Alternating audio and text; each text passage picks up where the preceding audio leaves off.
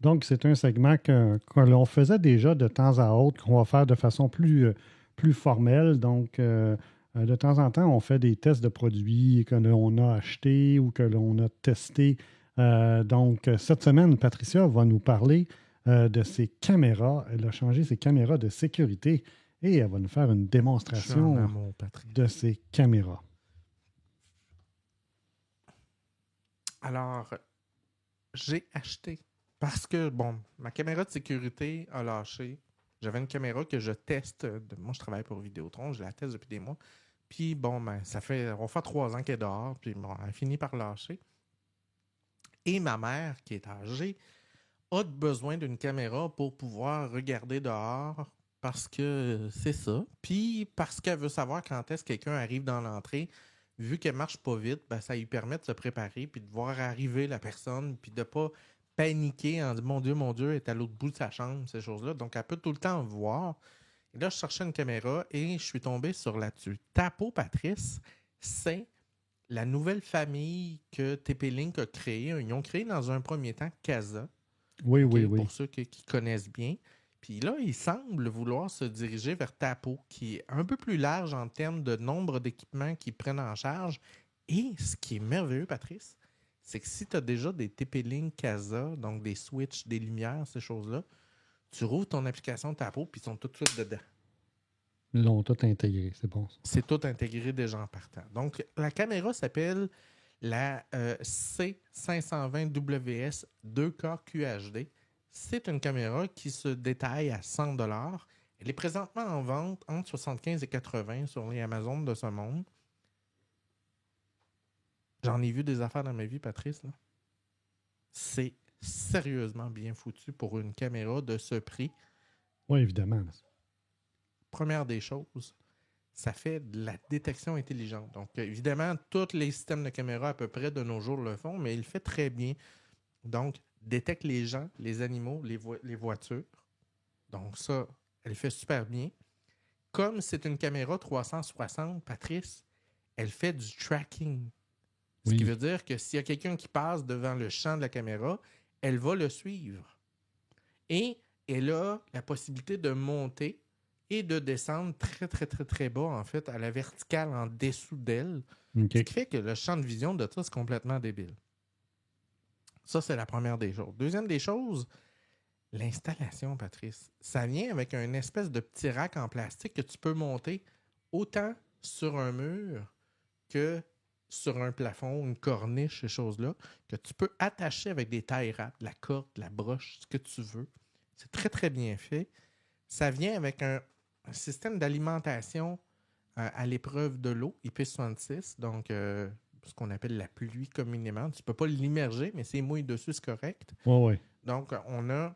Ça, c'est le bout qui blesse un peu. On a un power block d'alimentation de 9 volts qui, lui, n'est pas à l'épreuve de l'eau. Donc, il faut que tu le mettes quelque part, mais tu as une bonne longueur. Donc, tu peux le cacher à quelque part facilement. Et le petit câble blanc que tu vois dans l'image comprend aussi un Ethernet. Et ça, c'est rare pour les caméras d'extérieur. Donc, tu peux le brancher par Ethernet, donc aucun problème de Wi-Fi, de porter ces choses-là. Et tu peux aussi l'alimenter par Ethernet, Patrice. Donc, le PoE, là. PoE. Donc, PoE.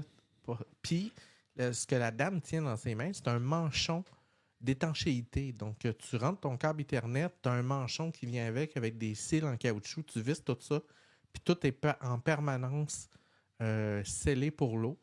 Tu as déjà les vis pour le monter, les ancrages, le petit guide collant que tu peux coller sur ta surface avant de percer. Vraiment excellent, vraiment très bien fait. Juste pour revenir au PoE, Patricia. Vas-y. Donc, si vous avez une switch qui permet d'envoyer l'électricité à travers les brins, une switch PoE, donc ça va fonctionner. Il y a différents voltages, là, mais normalement, les switches... 9 ou 12 volts, là. Oui, c'est ça.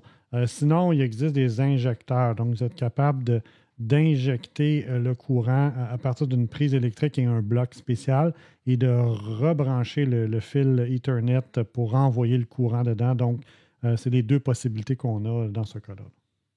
Puis comme vous voyez dans l'image, là, vous voyez la braquette elle peut être installée dans deux sens, donc le plafond dans l'autre sens. Puis tu as deux vis qui viennent sécuriser ta caméra. Ouais. Et elle n'est pas cheap. Elle est saprement bien faite comme caméra, Patrice. Et on va aller voir la démo. Si je réussis à partager cette fois-là, donne-moi 2 secondes, Patrice. Je vais me setter. On va finir le partage ici. Tac. On va activer le partage là-bas. On va voir si ça marche. Oui. Donc ça, on a... On retourne sur l'iPad ou sur Sur l'iPad. Ouais. Là, je suis sur l'iPad. Mais tu n'es pas partagé encore. Oui, ça arrive. OK, parfait. Donc, l'application se présente comme suit. Donc, évidemment, vous pouvez faire des pièces, des scènes, tout ce qu'on fait normalement dans une application de domotique normale. Et imaginons que je m'en vais sur ma caméra arrière. J'ai du flux 2K, mais je peux réduire la qualité ou l'augmenter, la voir. Fait que là, on la voit. Puis, tu sais, je peux zoomer dans mon image en tout temps. Et là, Patrice, check bien ça. Le pan and zoom, vous voyez dans le bas de mon image, j'ai 8 positions que je peux garder en mémoire. Donc, je peux dire position 1, position 2, position 3, c'est vraiment position cool. 4, position 5. En fait, je suis rendu à 5, ouais, exact. En avant de mon... Puis là, je peux revenir. Je peux activer le mode patrouille, dans lequel la caméra va faire une patrouille plus ou moins rapidement. Oui. Donc, est-ce que je veux que ça aille vite, plus lent, ces choses-là? Évidemment, j'ai la possibilité d'activer le mouvement. Et là, ce qui est très cool, quand tu actives le mouvement, tu as plein de paramètres. Donc là, tu peux détecter le type de détection. Donc, exemple, à quel point tu es sensible au mouvement, de 1 à 10. À quel point tu veux détecter les personnes. Dans ma cour, je veux que ça soit très, très réactif, on s'entend. Les animaux. Ensuite, les véhicules. Et je peux même, Patrice, mettre ce qu'on appelle une ligne de démarcation dans l'image pour dire, ça, c'est la fin de mon terrain. Puis s'il y a quelque chose qui dépasse cette ligne-là, avertis-moi. Et là, ce qui est très, très cool, tu as même une option caméra tempering, c'est-à-dire que si quelqu'un essaie de démonter la caméra, ces choses-là, tu vas être avisé. Oui, évidemment. Tu peux activer, Patrice, le mode système d'alarme. Ça, j'ai fait la gaffe de l'oublier. Oh, OK.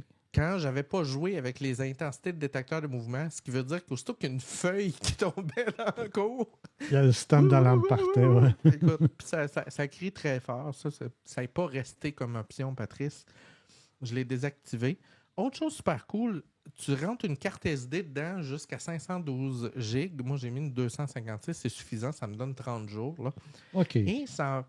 Qu'est-ce que tu en as dit, Patrice? Je sais, c'est bon. Puis, tu peux reculer dans le temps. Là. Tu sais, tantôt, je disais qu'il y avait un animal qui avait été détecté. Un raton laveur, oui.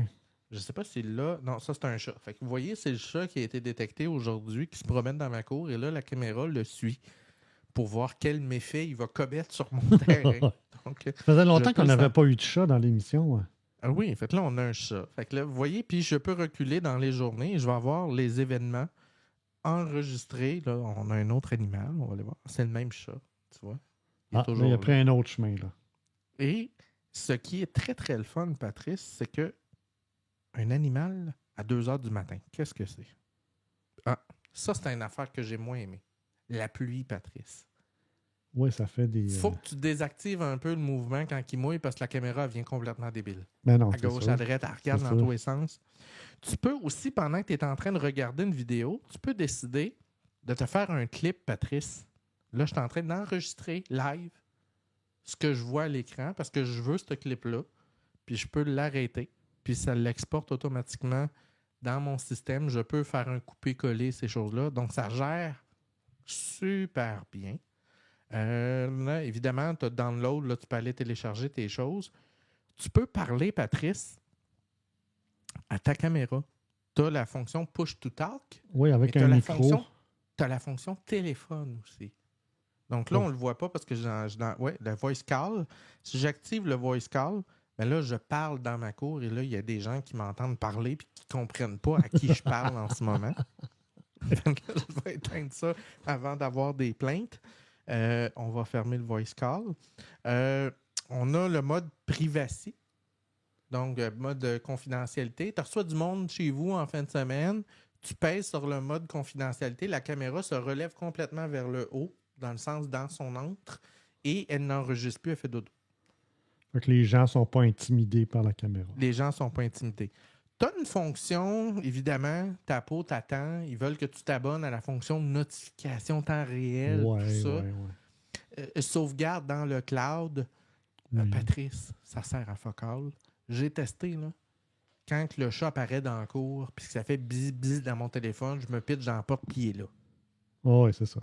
Fait que tu sais, il n'y a pas, tu sais, à moins de vouloir vraiment être très, très présent rapidement, c'est pas super utile. Puis tu sais, on va aller voir aussi une autre fonction, Patrice. Regarde bien ça. La fonction lumière. Parce que là, on est en mode vision de nuit. Oui. Je peux allumer une lampe et là, je vois les couleurs. Oui. Donc là, on a la possibilité d'avoir un éclairage ou de retomber en mode vision de nuit sur la caméra. Tout ça pour 100$, Patrice. C'est difficile.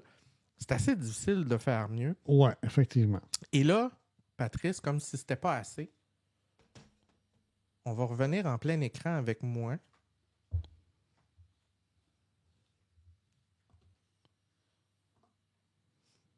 Et là, je te partage. Si tu peux me mettre en plein écran, puis nous autres en tout petit. Oui, on va tester ça. Ça doit être celle-là. Ben oui.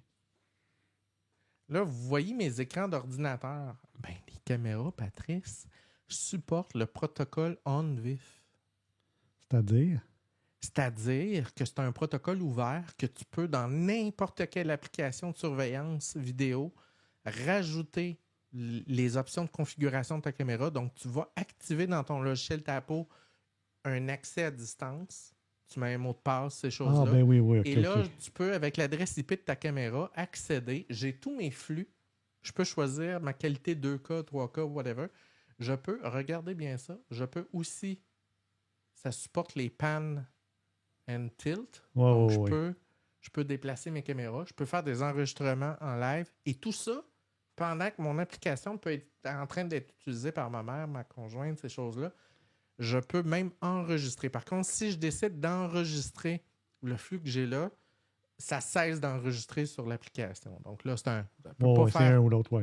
Un ou l'autre, mais c'est vraiment très, très cool parce que là, je peux l'ajouter sur un ordi, sur à peu près n'importe quoi où il n'y a pas d'application. Là, quelle application tu utilises? C'est un furteur web ou c'est... C'est une application gratuite que j'ai téléchargée qui est saprement bien foutue. Donne-moi 2 secondes que je la désactive, que je retrouve le nom. C'est DSE, Cam Surveillance DSE. Tapez ça, Cam Monitor DSE. C'est une application Windows. OK. Mais il s'en fait aussi pour Mac. Là. Vraiment, vraiment très cool. Donc là, tu sais, j'en ai vu des caméras dans ma vie, j'en ai essayé. Souvent, tu achètes des systèmes qui sont fermés. Oui, donc, tu ne peux pas jouer avec. Là, écoute, je peux installer ça sur à peu près n'importe quoi. L'application est disponible partout. Puis quand je tombe sur un appareil que l'application n'est pas disponible, j'ai le protocole ONVIF qui me permet d'aller chercher mes flux vidéo en temps réel puis de faire ce que je veux avec après. Wow! Vraiment cool. Je suis en amour. Fait que c'était ma présentation de la caméra C520WS de Tapo. Je vous la recommande forcément. Évidemment, ça fait qu'une semaine et demie que je l'utilise. Donc là, je ne peux pas vous garantir que dans le temps, elle va survivre. Les commentaires des gens qui l'utilisent depuis plus qu'un an sont tous dithyrambiques. Là. Les gens trippent tous. Donc, je vous recommande fortement. Très belle caméra, très belle utilité, puis ça surveille très, très bien. Un petit peu d'ajustement avec les détecteurs de mouvement, là. Parce qu'à un moment donné, au début, elle tourne à gauche, à droite, elle s'énerve avec tout. Là, il faut que tu trouves les bons paramètres pendant 3-4 jours. Mais une fois que tu as seté tes bons paramètres, ça va super bien. Vraiment, vraiment bien. Merci, Patricia, pour cette belle démonstration. On y va avec ma démonstration et mes tests de mon nouveau bureau.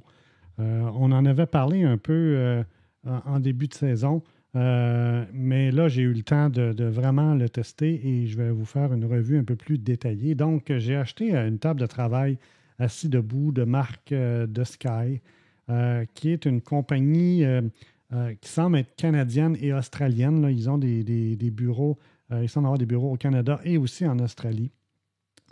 Compagnie qui offre différents types de tables, différents types de grandeur. Quand j'ai fait mes recherches, parce que ce marché-là, des tables, des bureaux de travail, il y en a des tonnes et des tonnes et des tonnes. Là. On en perd notre latin. J'avais vu quelques vidéos sur YouTube de recommandations de gens qui l'utilisaient. J'ai décidé d'y aller vers un modèle qui optimisait mon espace. Donc, vous allez le voir un peu plus tard. Donc, ce que j'ai fait, j'ai commandé ma table. Ça m'a été livré directement. Je l'ai assemblée. Donc, ça vient en morceaux au niveau du pied. Pas trop dur. Pas trop dur. Les instructions sont quand même assez claires. Donc, vous voyez, là, je l'ai assemblé directement sur une boîte de carton. Les vis ne sont pas très difficiles à visser. Là. C'est de l'hexagonal. Donc, ça se fait quand même assez bien avec une clé ou avec un tournevis avec le bon adapteur pour la grandeur de l'hexagone, finalement. Pour ce qui est du mécanisme, on s'assure évidemment en dessous de mettre. Moi, j'ai mis des feutres là, parce que je suis sur un plancher de bois, mais les pattes, évidemment, sont ajustables pour s'assurer d'être à niveau. Par la suite, le dessus, moi, j'ai pris la version bambou. Et vous allez voir un peu plus tard, là, j'ai pris une version ergonomique où on a un demi-cercle devant où on s'assoit. Gravé un peu? Ou... Oui, les deux. Donc, on a un demi-cercle, puis en plus, on a un angle. Vous allez le voir plus en détail tantôt. J'ai installé finalement la table, j'ai installé finalement la structure sur la table.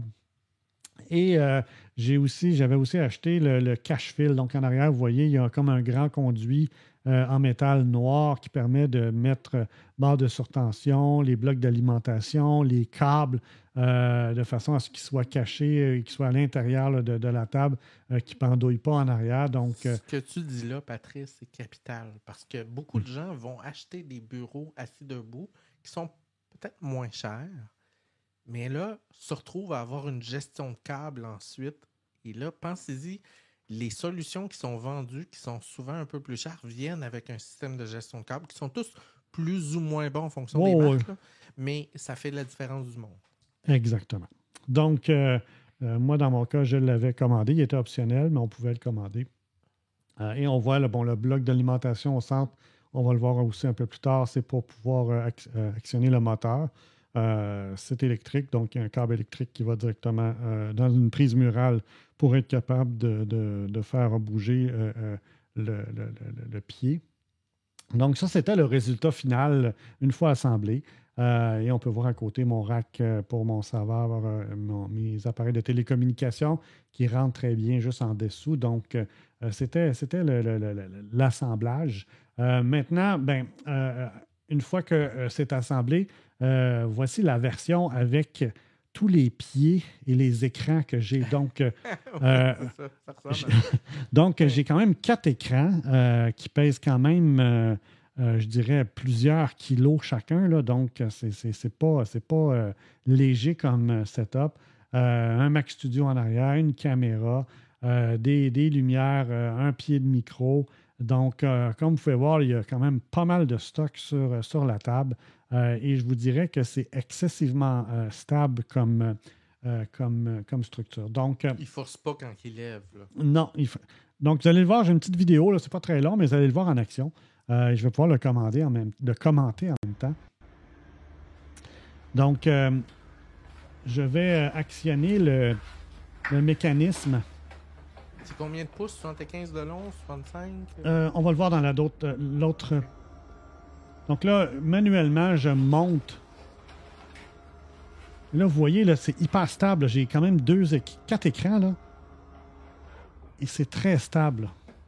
Et moi, je mesure 6 pieds, là. Je fais 1,80 m, donc ça vous donne une idée, là, de jusqu'où ça peut monter. Et par la suite, vous allez voir, le contrôle à gauche permet d'avoir 6 mémorisations de hauteur. Ouais, donc là, j'ai pesé sur le 1 qui est la hauteur que j'aime avoir quand je suis assis. Donc, il va se replacer exactement à la bonne hauteur. Et vous voyez à droite, là, il va arriver à 1 cm.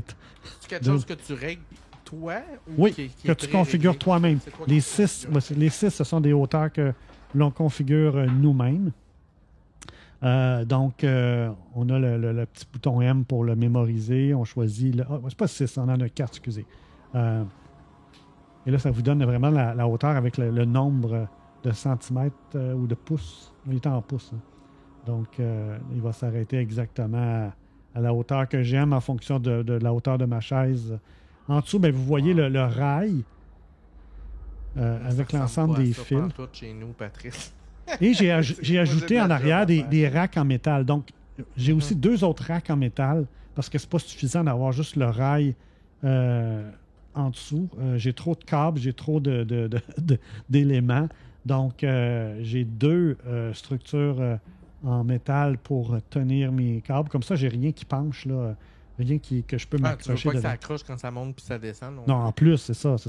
Donc, on veut que ce soit quand même assez simple. Donc, c'est le setup en dessous. Donc, vous voyez, c'est pas mal. J'ai aussi une très longue barre de surtension là, qui fait quasiment 50 cm de long. Là. Donc, qui permet de brancher l'ensemble de mes appareils au lieu qu'il y ait des prises un peu partout. J'ai ma batterie de secours à gauche. J'en ai une autre dans le rack de télécommunication pour, en cas de panne, être capable d'être fonctionnel. Et vous voyez en arrière, là, j'ai quand même pas mal d'espace. Là. Et le fameux demi-cercle, là, vous le voyez bien, là, c'est hyper confortable. Parce qu'on a un petit angle et l'angle est vers le bas, donc on perd à peu près la moitié de l'épaisseur. C'est vraiment confortable. La qualité du bois et aussi du vernis, là, c'est un vernis mat qui est vraiment agréable au toucher. Donc, j'adore le bureau. Là, il est vraiment de haute qualité. Moi, j'ai pris la version bambou, la version bambou couleur bois clair. Vous allez voir que au niveau de ce qu'offre le fabricant, vous avez, dans mon cas, dans la version ergonomique, il y a 4 couleurs. Là. Vous avez le noir, le gris, vous avez la version bambou et la version bambou foncé. Pour ce qui est des dimensions, là, vous avez c'est 47 pouces, 0.2 jusqu'à 79,9. Donc, mais moi, j'ai la version 79,9 et c'est vraiment grand. Ça, ouais, c'est vraiment grand. Puis c'était là mon 75, puis c'est serré. Là. C'est ça.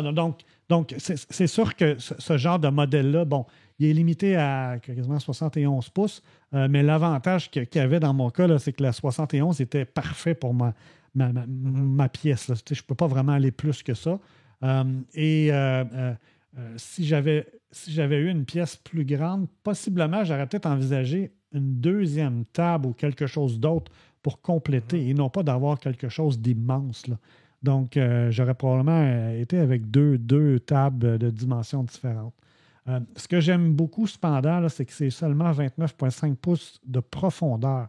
Donc, contrairement à d'autres bureaux où souvent on va aller dans du 32, 35 pouces, ça fait que dans une pièce plus petite, on a vraiment plus de place. Et à cause du demi-cercle devant moi, ben, je gagne un peu d'espace. Tu rentres plus profond, ben tu oui. rentres un 3-4 pouces de plus. Là. C'est ça. Et ce que j'aime, c'est que, parce que j'ai eu un bureau qui était plus profond avant, et le problème, c'est que j'avais une perte d'espace importante. J'avais un 10 cm en arrière que je perdais parce que c'était trop profond.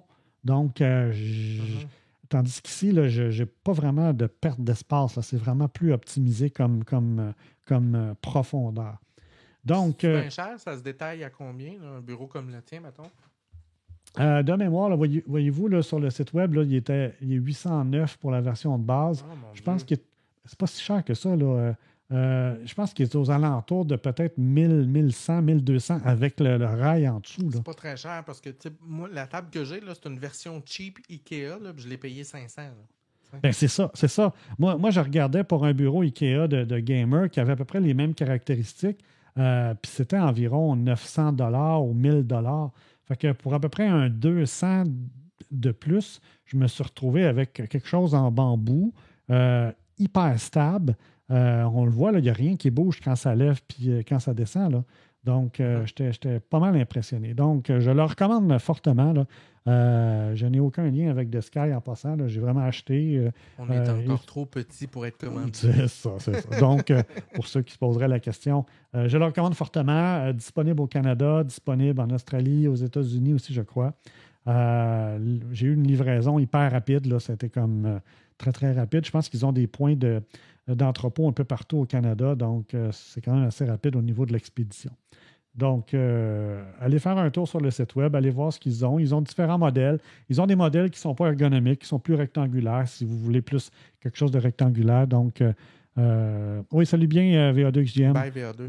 Merci pour ta présence. Donc, je recommande fortement les produits de Sky pour vos bureaux et vos tables assis debout.